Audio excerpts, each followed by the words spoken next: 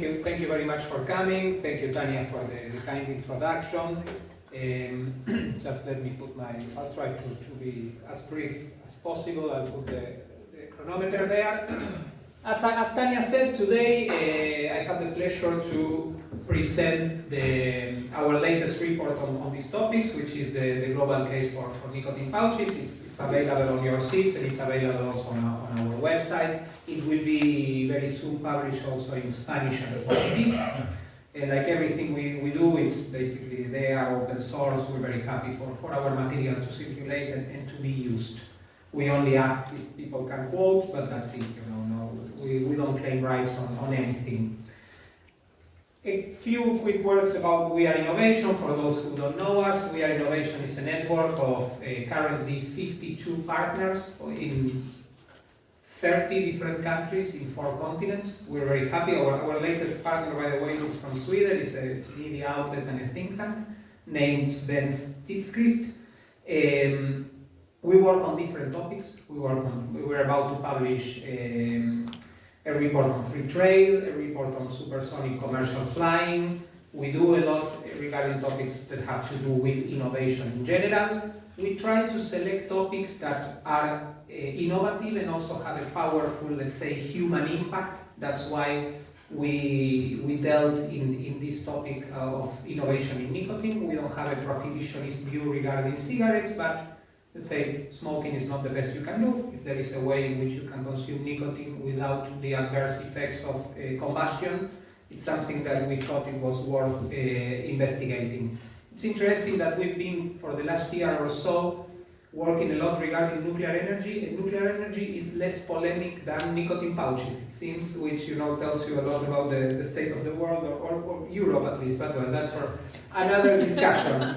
Anyway, but let's go quickly to a few. This data, by the way, comes from the latest Eurobarometer, and according to the latest Eurobarometer, 24% of adults still smoke within the European Union. We think that people don't smoke anymore, but I think that's a totally mistaken observation. The decline since 2020 has been only 1%. Let's say ceteris paribus, as you know, economists, they love ceteris paribus. If things continue as they are now, Europe is definitely going to miss the 2040, the EU, better said, is going to miss the 2040 smoke-free goal. It's going to miss it by over a century, but definitely in the 22nd century. And this, as Tanya mentioned at the beginning, let's say the translation of this, besides years, besides a lot of money wasted, it's a lot of people who could have lived longer lives. There is, as we see it in any case, and talking about the European Union, we see like there is a tale with 2 different directions and 2 different outcomes. On the one hand, you have certain member states that seem to be clinging to more traditional approach against smoking, which, by the way, it's an approach that we don't think it should be, let's say, thrown away. But other countries, Czechia, Greece, and Sweden, they are doing something else, particularly Sweden. Sweden for us is the best example within the European Union and perhaps in the world. But they are, let's say, and their differentiation is how they are treating innovation. And in the case of Sweden, by the way, this is also, there is the other report that has all these graphs and all this information, but please, don't stay up. Thank you for joining us. Czechia has achieved the fastest smoking prevalence decline within the European Union, 7 points of decline in 3 years, and doing things that are both very clever but also very common sense. One thing that Czechia has done is that there have been all the parts of the government are combined in order to tackle this issue.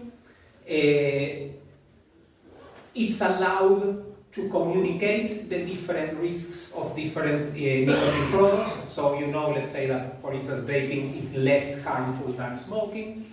And another thing that is very common sense and very clever at the same way at the same time, in many places in which cigarettes are persona non grata, people can use innovative nicotine products. All this combined has created an environment in which you get the public health benefits, people stop smoking, and also you create an appropriate environment with safeguards, for everyone. And as I said, the fastest smoking decline within the European Union. Another country that has historically had very high smoking rates, Greece, which was 42% not that long ago, has experienced a decline also in 3 years of 6 points. That by the way, it's approximately 600,000 people who have stopped smoking in Greece. And what's more remarkable about Greece is that in Greece they had the courage to backtrack many of the things they were doing, because Greece before 20, let's say between 2005 and 2020 was, I would say, for lack of a better word, quite hostile towards innovation in nicotine, and they turned that around completely. They backtracked and explicitly saying, for instance, in one of their laws that they want to achieve maximum harm reduction through the utilization of new technology, allowing manufacturers to communicate the risks of their products, the relative risks, and of course taxing differently according to the harm, something that the Czech Republic also does, by the way. They experienced a major drop that you can see, and hopefully it will continue. If the policies continue, I think that they will. Also in 3 years. And I think the experience of Greece, on the one hand, let's say, points us in the direction that, let's say, an openness towards innovation helps you within the problem of smoking. But the previous 15 years also show you that radical, coercive approaches, you could say, not necessarily work. And as Tanya also mentioned, we've done a lot of work regarding Sweden, and Sweden is a very interesting example. Sweden is a country that has turned itself smoke-free. If you, let's say, current smoking prevalence in Sweden is 5.3, I mean, until last year it was 5.3%. If you measure the people who have experienced, let's say, this Swedish treatment of innovation, meaning people who were born in the country, lived all their lives in the country, smoking prevalence 4.5, so it's technically a smoke-free country. And two things that I want to highlight about Sweden. There's a lot that could be highlighted, but just because of time. How do we see the Swedish experience? We divide it in 3 A's, let's say. We think that Sweden has made innovative nicotine products accessible. And please think the person we have in mind is the person who currently smokes. For that person, these products are accessible. That means they come in a variety of flavors and a variety of nicotine levels, and that allows them to make the switch easily. These products, accessible, that they can get them very easily. Of course, not minors, not underage. Accessible, that they come in different flavors and in different nicotine levels, and they are affordable again because of how they are taxed. The taxation levels are not the same for, let's say, combustible cigarettes than for this. But this is very interesting. Even though Sweden has been doing this very well for a very long time, Sweden still has a higher percentage of women smoking than men, which is quite interesting and probably has to do with certain Swedish particularities. But since 10 years ago or so, when nicotine pouches were introduced, what you see is that smoking among women, smoking continued going downwards, but especially among women, accelerated a lot. And that had to do definitely with the introduction of nicotine pouches. So, a few remarks about nicotine pouches, in case you don't know what they are. Nicotine pouches are those.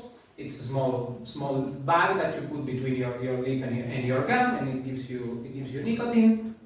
It has a pharmaceutical grade nicotine, doesn't have any tobacco at all, and of course they don't produce any smoke, any vapor, any odor whatsoever. There are of course no second-hand effects of this, and they have several advantages. Some of the things that our report highlights will be presented in a few minutes. As we see, and for this Carissa wrote for us, Carissa During, who will be speaking in a few minutes, we think that nicotine pouches are the most considerate way of innovative nicotine products, and they could be also considered the ones with the lowest risk, and Dr. Fagerström will be speaking about that. A few things that I want to point that come from our report, and I'll try to point them quickly, but definitely if you have concerns for the environment, nicotine pouches present a lot of advantages. They of course don't create any pollution, they don't have any let's say electronic waste. So if that is one of your concerns, definitely the nicotine pouches can help you with that, and they are also easy to dispose, and they come in recyclable tins or containers. So that is something that is interesting. This could be for a different forum, or a longer forum, particularly I don't know if this has, well, the first point that I made there, and that's why it's in italic and in black, because things are changing as we speak.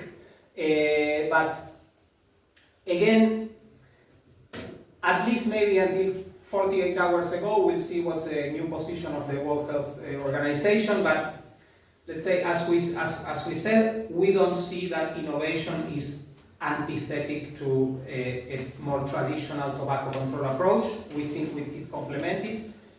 The World Health Organization, at least until 2 days ago, it used to endorse harm reduction as a part of the strategy. The European Beating Cancer Plan also recognizes this as a legitimate strategy. An organization from, a scientific organization from Germany, the BFR, sorry, I'm not going to say the name in German, has made a study regarding nicotine pouches and considers that it brings certain advantages that should be taken into consideration. And the experience in Sweden shows you that also it can help you with gender equality issues. Our document is the global case for nicotine pouches, and we think this also is extremely important. For low and middle income countries, nicotine pouches also bring certain advantages that need to be taken into consideration. Let's say people who want to make the switch, they don't need any electronic devices, they don't even need electricity. Differently from some of the nicotine replacement therapies, nicotine pouches don't need to be refrigerated during the whole time they are, let's say, waiting for a user to get them. So that also allows you, if you're in a distant area or a distant rural area or in a place with no electricity, you can use them.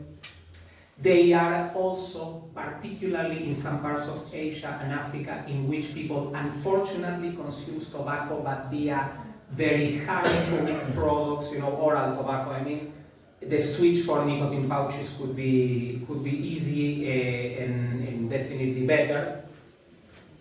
And let's say prevention is the best public health strategy that you can have. And if people switched, definitely you would eliminate a lot of cases of disease. And also something to keep in mind is that unfortunately in some of the LMICs, let's say the treatment that people could get is way worse than they would get here in Europe. So definitely that is something also that we should keep in mind. Two more things and I'll be finishing. The 2 Europes that I was talking at the beginning, and just one comment that I should have realized earlier, but I realized literally while we were having a coffee. The 3 countries that we are highlighting are Sweden, Czech Republic, and Greece. This is their geographical location: Northern, Central, and Southern Europe. So I mean, this is not because I know that many people who don't like what we say about Sweden, it's because the Swedish people are so special. We know they are. We have to choose the two fine specimens here. But I mean, yeah, they are blonde, whatever, they are tall, but they are not that special. And we have a third one, I think, sorry. They are great, but they are not that special. And you can see, and I don't think Greek people and Swedish people, you could say they are the same. And when they apply similar policies, they have similar results. I mean, this can work in Argentina, my country, in Sweden, because innovation works. We have experienced it in our lives in many other areas. So why not in the fight against smoking? And according to our estimations, if things continue as they are, the European Union will be smoke-free by 2160.